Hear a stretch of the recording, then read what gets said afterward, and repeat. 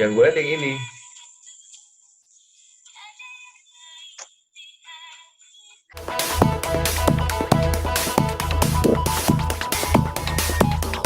Baik, kali ini di obrol-obrol kesempatan kali ini gue punya salah seorang sahabat yang bergabung. Nama aslinya adalah Cynthia Lamusu, tapi di screen-nya adalah Surya Saputra. Berarti jelas kan punyanya siapa gitu loh. Iya, tapi anyway, Nah, Cynthia, terima kasih sudah bergabung barengan sama gue buat di obrol-obrol kali ini. akhirnya kok, ya Allah, Heeh, kita berteman berpuluh-puluh tahun. heeh, Lu jangan baru ngundang diungkap. gue di ngobrol-obrol lu ini. Jangan diungkap ya ketahuan tuanya kalau kita ketuaan bergaulnya Iya, kelamaan ya. But oke anyway, deh. sebenarnya gini, congratulations juga udah ngerilis satu single solo tanggal 19 Yes, April, yaitu adalah lagu Tawakal, ini lagu religi ya. lagu religi. Oke, baik. Tapi sebelumnya gue Hmm. mau sedikit bercerita juga buat teman-teman yang nonton ini sebenarnya, bahwa kan sebenarnya kita kenal sudah cukup lama. Awal kenal itu Mm-mm. adalah ketika gue bergaul sama teman-teman alma mater band cafe lu. Yes, Ketika itu lu udah bergabung sama OP. ya OP. Ketika itu lu Mm-mm. baru-baru bergabung dengan AB3 ya. Iya, gue gabung tuh kan tahun 2000. Mm-mm. AB3 2000, Lu sedangkan gue kenal kenal gue 2000 juga kan? 2001. 2001 awal, Oh, 2001 awal. Kurang lebih sekitar segitu. oh Tapi iya berarti gue temenan dulu sama kakak lu dulu. Aduh, tambah kelihatan tuir lagi gue. makanya makin kepaham ya semuanya ya. Tapi anyway Ti, Nah, lo artinya di OP waktu itu berapa lama? Band cafe ke kafenya? OP tuh hampir 5 tahun ya. 5 tahun. Jadi Nah, pokoknya abis gue lulus SMA tuh umur 17, ya ke umur 20-an ya kayaknya 5 tahunan deh. 5 5 tahunan, tahun. oke. Tapi Mm-mm. lo nyanyi artinya dari umur berapa sebenarnya?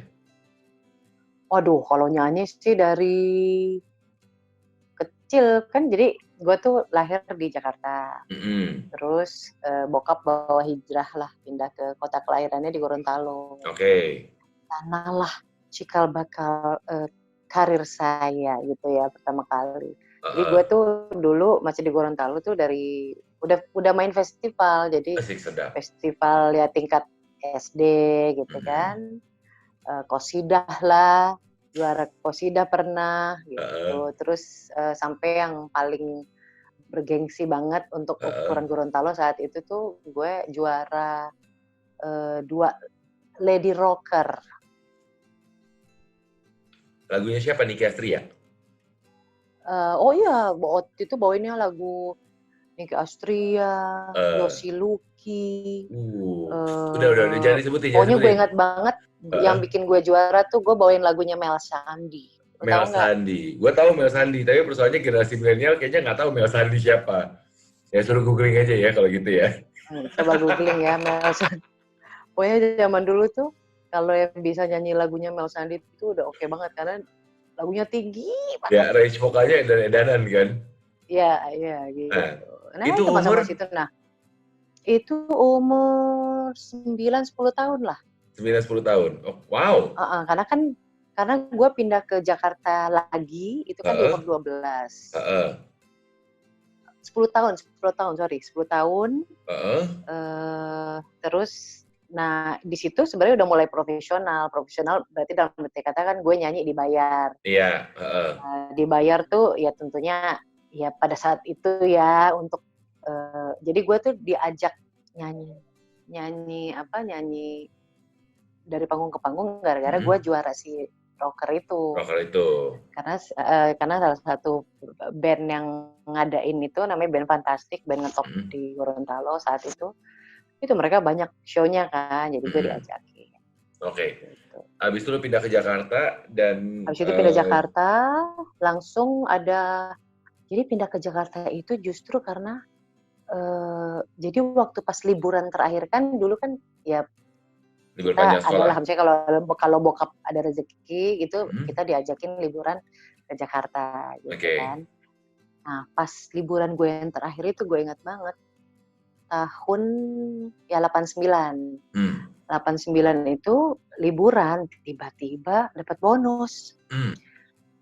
Jadi pas masa liburan itu, bokap kasih surprise. Jadi koleganya bokap, ibaratnya ya teman lah sesama orang Gorontalo, itu pegang jadi ibaratnya kayak penanggung jawab satu buah studio rekaman. Dan gue langsung diajak rekaman. Gila, kan kayak dapat lotre gimana kan ya. Lo jadi umur berapa diajak rekaman?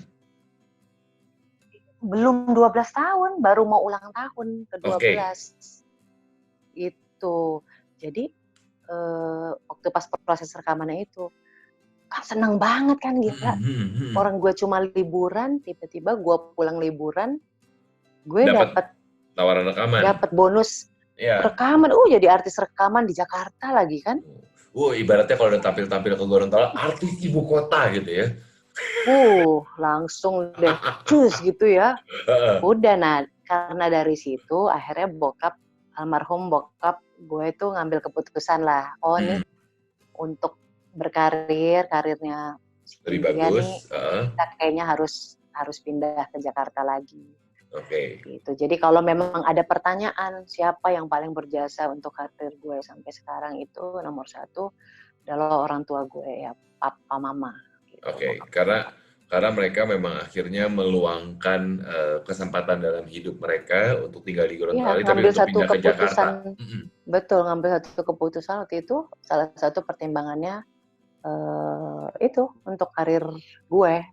Gue tahu pas belakangan ya, jadi sempat kan kita ngobrol-ngobrol, emang dulu kenapa sih papa akhirnya kita jadi pindah lagi ke Jakarta gitu kan. Itu bokap cerita, salah satunya, loh itu kan si Cynthia udah pas rekaman waktu itu, masa cuma satu album aja kata papa. Album lo di umur 12 tahun artinya album pertama lo. Iya. Itu kan usianya sebenarnya masih usia kategori anak-anak menjelang remaja lah ya. Lagu-lagunya lagu-lagu anak-anak apa lagu-lagu apa, Ti? Lagu dewasa dong. Lagunya lagu cinta dewasa? Tapi belum pernah lihat kok. Emang ada? Lihat? Belum, emang ada? Iya, ada. Gue nggak tahu ya. Ada, soalnya itu kan zaman masih kaset. Bentar. Yang pernah gue lihat yang ini, Ti, malah Ti. Sesal. Enggak, bukan sesal. Yang gue lihat yang ini, bentar. Nih, biar gampang. Yang gue lihat yang ini.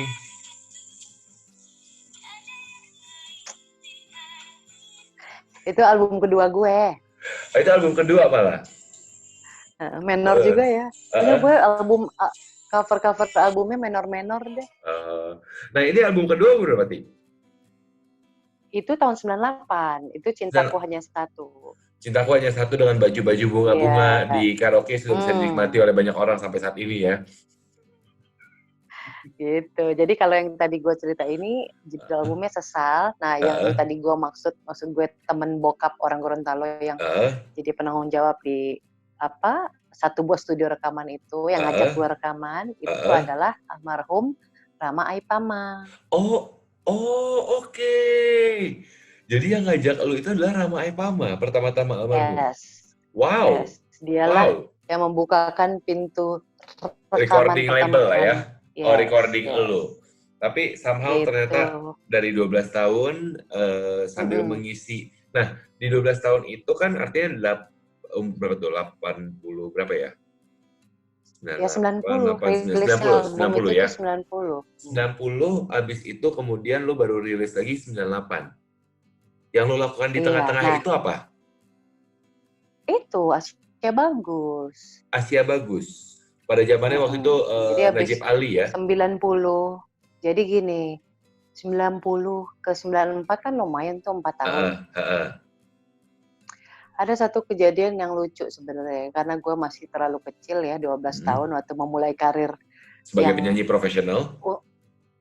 Dan album dewasa itu ya. Untung kasetnya waktu itu belum aktif ya di KPAI ya. KPAI ya? KPAI, betul. Komisi Perlindungan Anak. Kalau enggak gue di-issue tuh. Karena ya itu 12 tahun nyanyinya lagu dewasa, menor pula lagi. Lu PR deh, coba cari deh. Ntar gue cari, Sesal.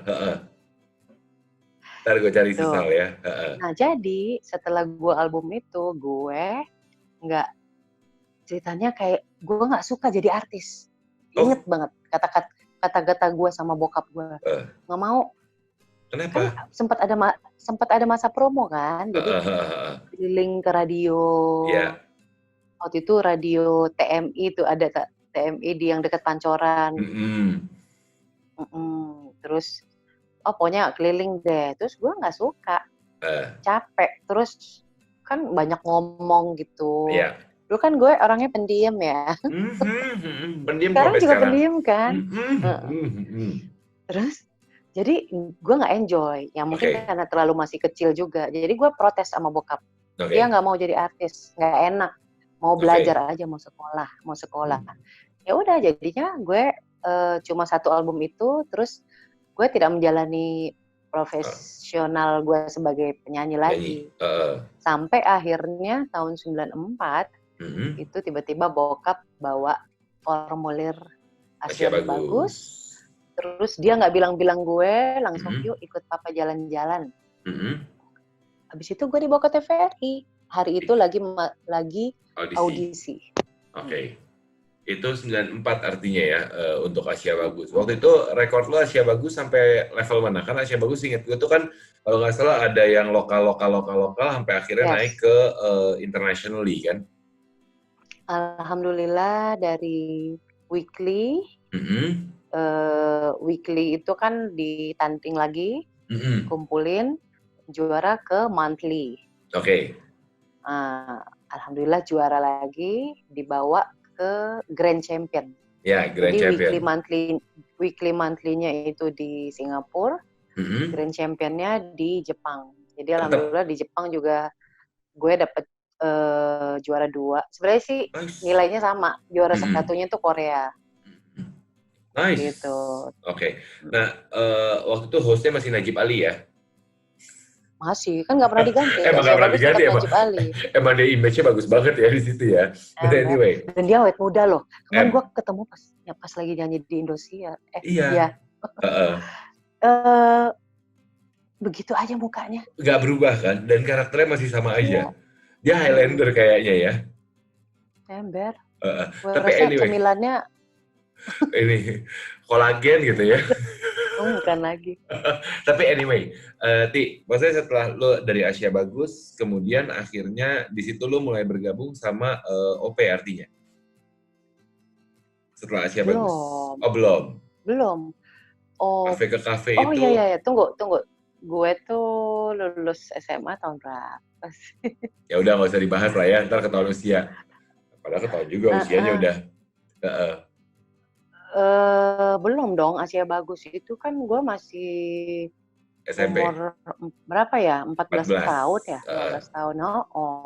Nah, abis dari sisi situ 2 tahun itu sekolah biasa aja tuh. Dari Asia Bagus sampai akhirnya lu mulai kafe ke kafe tuh sekolah biasa? Atau ada nyanyi? Dari Asia Bagus. Dari Asia Bagus gue mulai itu dong. Kan kita alumninya Asia Bagus. Tapi yang dipilih ya. Sampai sekarang kita juga nggak tahu kategori pilihannya Bung Kris waktu itu yang pilih almarhum Bung Kris ketika awal.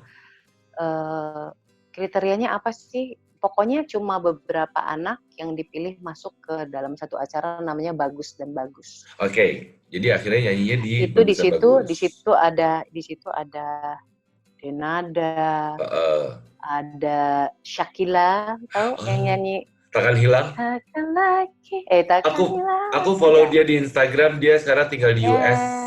Iya, gue lagi mau ngajakin ngobrol sama dia. Dulu aku manggilnya Kameshke. Kameshke, ya. Nama profesional kan Shakila. Terus ada Edo Kondologi. Mas Edo. Audrey Papilaya. Oh, Bunglon ya sekarang ya, Audrey ya. Itu ya. Ya tentunya B3 dulu yang di Dinola Lucy, mereka sudah langsung dibentuk bertiga waktu itu sama Bung Kris. Tapi gue salah satu termasuk yang solo. Oh, oke. Jadi sempat ya sekitar 3 tahun lah, 3 tahunan gue ikut acara reguler itu. Jadi itu acara weekly mingguan. Iya. Nah, abis itu kemudian. Udah, abis itu Habis itu, nah proses ke album 98 itu, gara-gara gue ya sering bantuin proyeknya Mas Iwang Nur Said. Oke. Mas Iwang tuh salah satu musisi yang ngiringin di acara Bagus dan Bagus itu. Nah, gue sering diajak sama Mas Iwang untuk proyek jingle iklannya dia. Oke.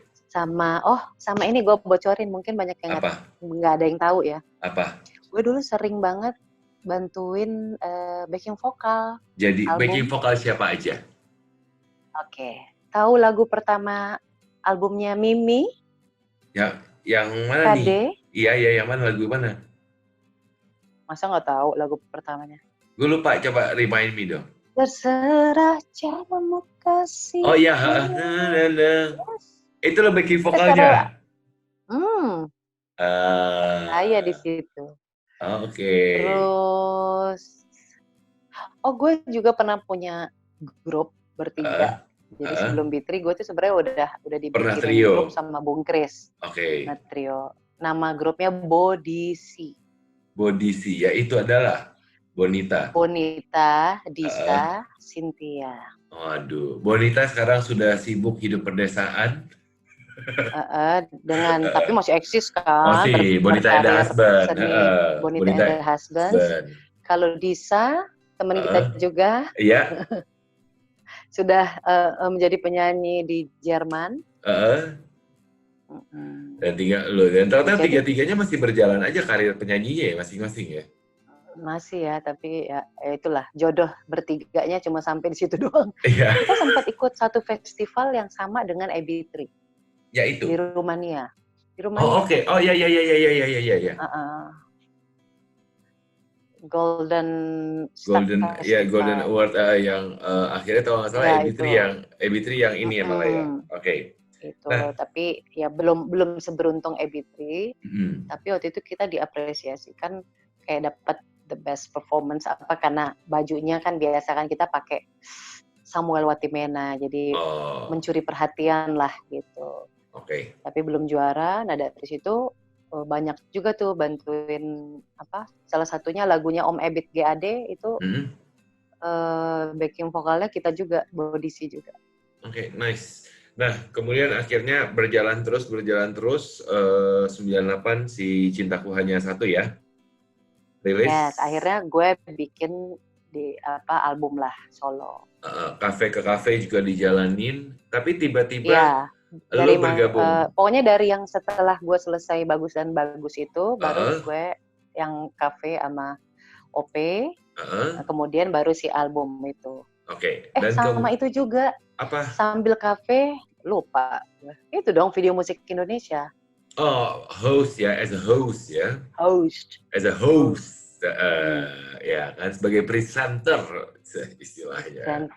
Nah, waktu itu lo arti gini, lo udah punya penghasilan sebagai penyanyi kafe ke kafe dan yang gue tahu waktu pada zamannya OP juga tiap hari ada jadwal manggung. Yes. Ya kan. Kemudian lo juga as a presenter dari Video Musik Indonesia, ya kan.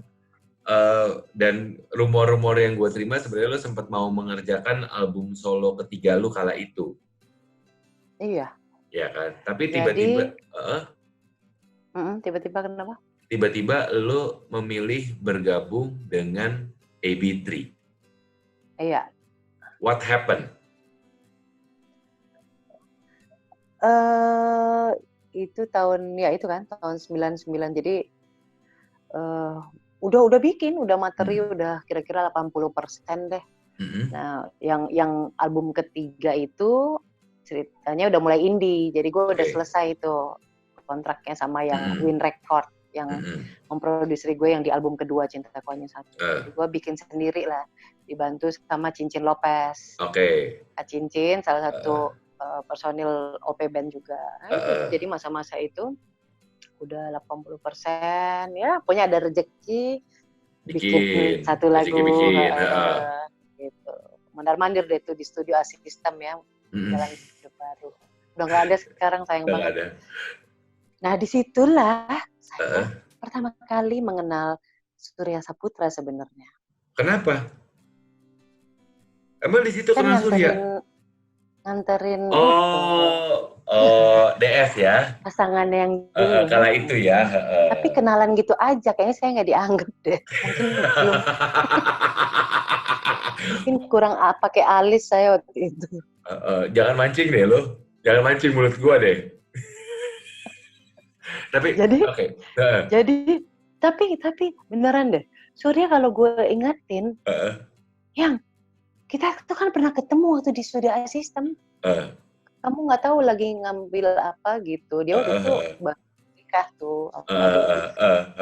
Terus gue pas habis apa?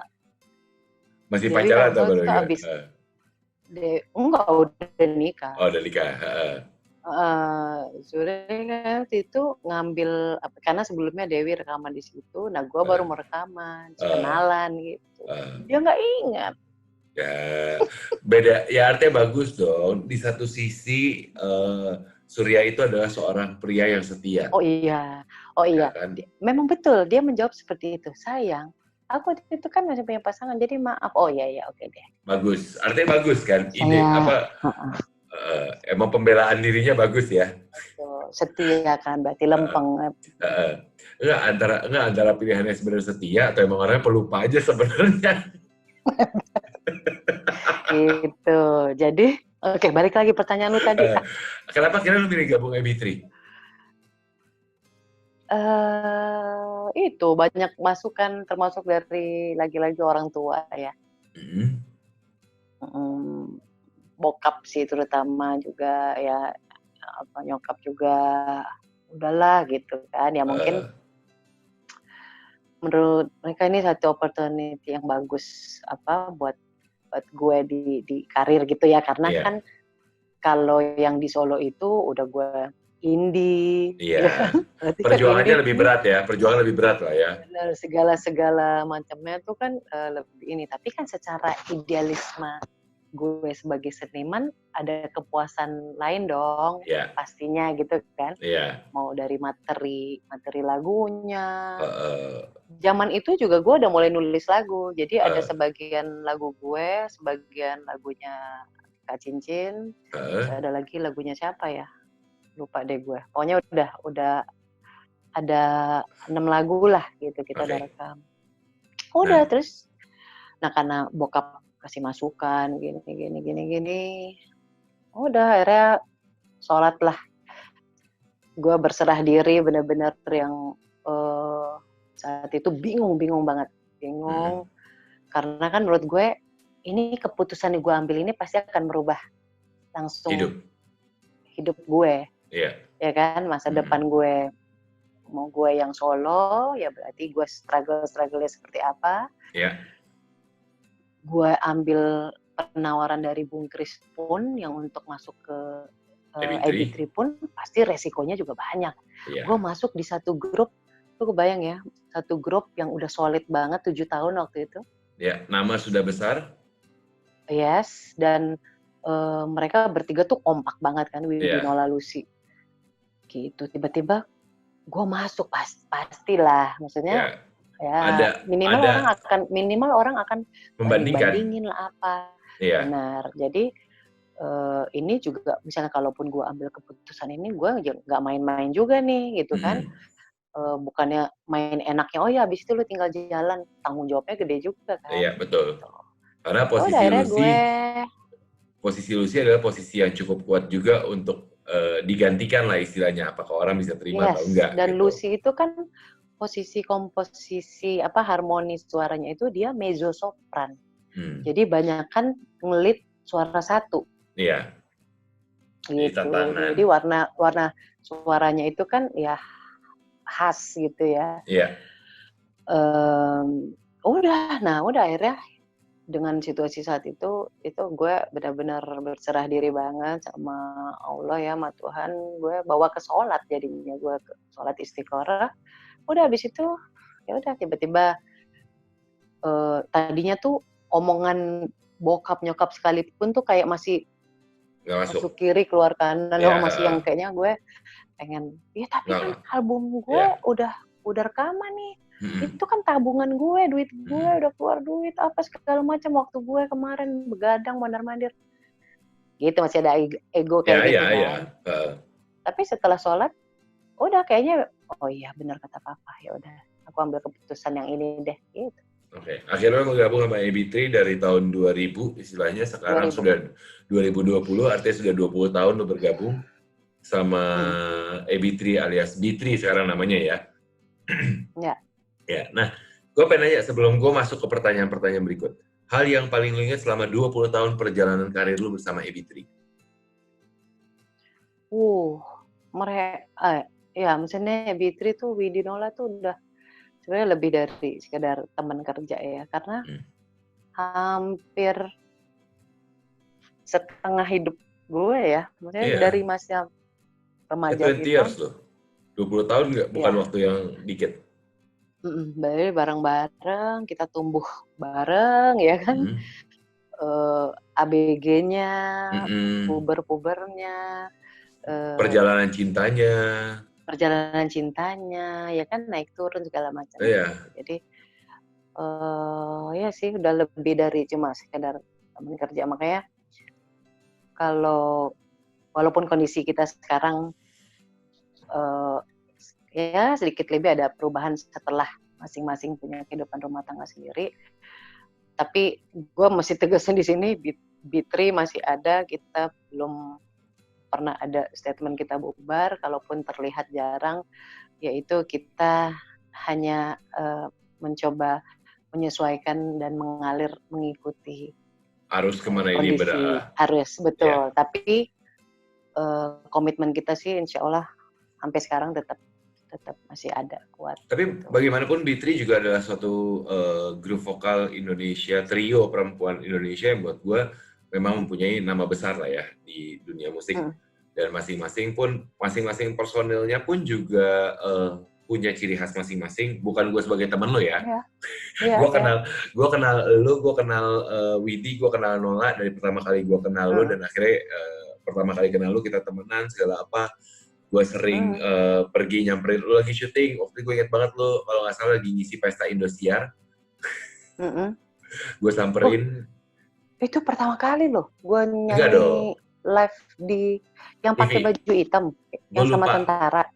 Kalau nggak salah pokoknya gue samperin lu udah gitu dan mau gue tuh kayaknya enggak itu setelah lu udah berapa kali gabung. Bukan. Pokoknya intinya itulah.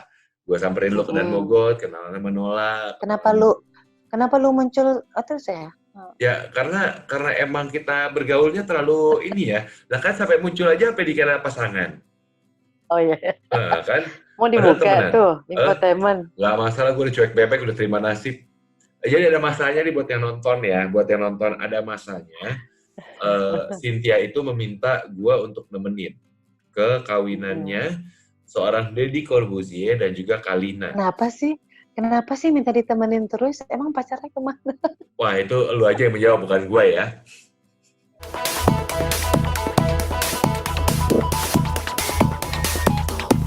Kenapa akhirnya milih Surya? Gara-gara lu tahu ketika waktu itu pertama kali kenal dia nggak ingat sama lu atau gimana?